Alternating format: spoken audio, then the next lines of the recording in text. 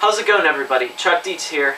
Now in my last video I wrote that I was going to create a better solo for that blue bug contest, and I never got to it, so I decided that instead I'd post a lesson video in place of that. And I was going to show you a couple things that I keep in mind whenever I'm writing solos like this, in case you ever want to try to give any of these contests a try. And for this lesson video, I'm going to use the backing track from the contest, which is actually the backing track to Milan Polak's song called Sometimes I Still Miss You. And I'm going to provide the link below. You should check it out. He's a really excellent player. So the first thing that I usually do with these backing tracks for these contests is I find out what key they're in and what kind of chords they use. So for this particular backing track, this is in A Dorian, which means the first chord's going to be an A minor, and then the next chord, the fourth, is actually a D major. If we were in A minor, that would have like that darker sound.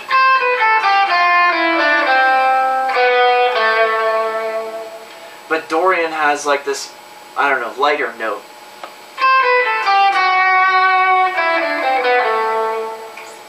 There's a couple reasons why I analyze that.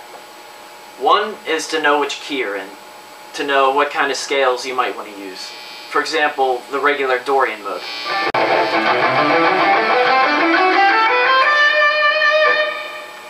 The other reason is target notes. Now, whenever I'm soloing over the changes from an A minor to a D major, back, there's certain notes that I choose to land on. And the notes that I land on are usually one of those chord tones. So if I'm soloing over an A minor chord, I'm probably, the first note's going to be one of those notes in the chord on the very first beat. I'll give you an example using the root note of each chord. So whenever the A starts up, I'm going to land on an A, and whenever we go to the D chord, I'm going to land on a D note.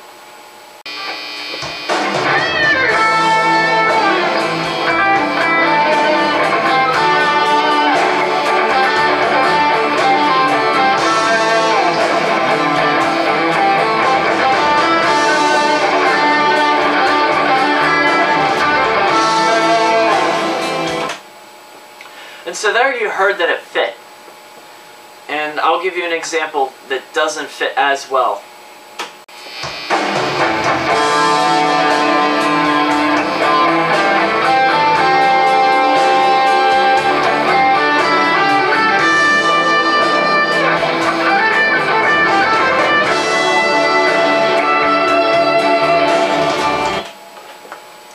And it gives you a different tone, but unless you're not doing different things with the notes, it can sort of sound out of place. It depends how you handle it. So in the good example, I landed right on the root notes. And that works, but the only problem is that it sounds a little bland. So as we get into different intervals, it's going to sound a little bit more exciting depending on which ones we use. For example, we'll kick up the excitement level just a little bit by using fifths. And here's an example of that.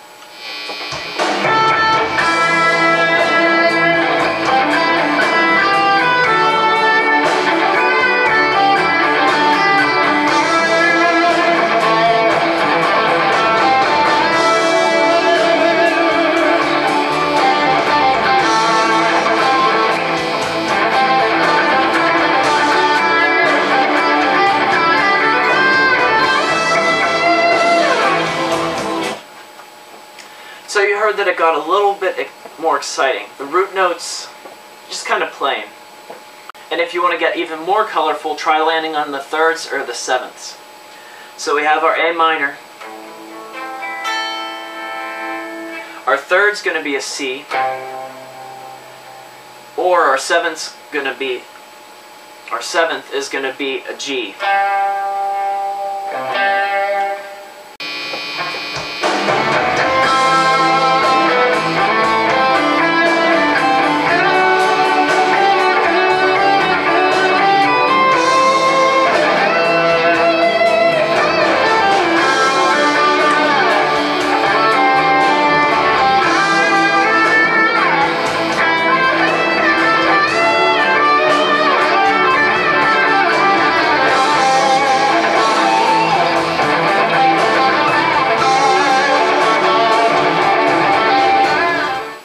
that gives you a different color.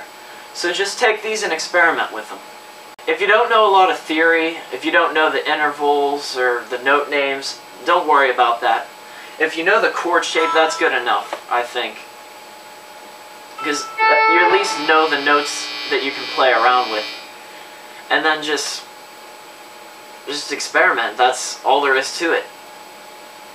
Another thing that I use whenever I'm improvising is space, which is really hard to learn in the beginning. I had a hard time learning it. And basically it means add that open space where you're not playing anything in between your licks. First, I'll start with an example with no space at all, which might sound jumbled.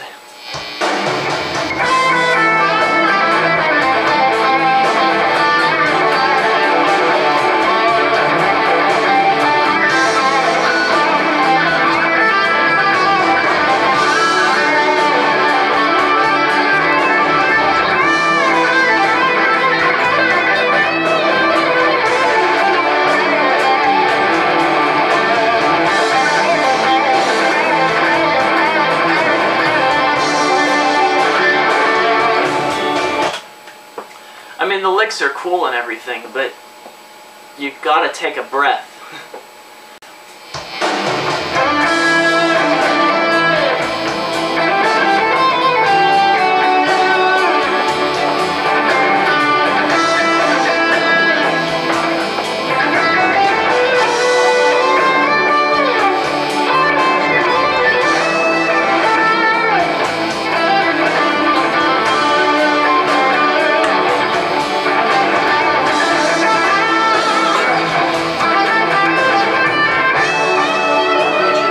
You have a lot of space separating your licks. Now, you might not always want that. If you're in an intense moment, you might want to really hammer out all those licks, but if you're starting out, or if you really want the listener to soak in every lick, you want to add that space. And it also intensifies the licks that you're putting in. So sometimes you don't have to play a billion notes per second to sound good. One last tip that I've been learning in my improvisation is repetition. Repetition. So basically, you're taking an idea, like, and then you might repeat it somewhere else with a different flavor. What that does is stress the importance of that phrase. I'll give you another example of that.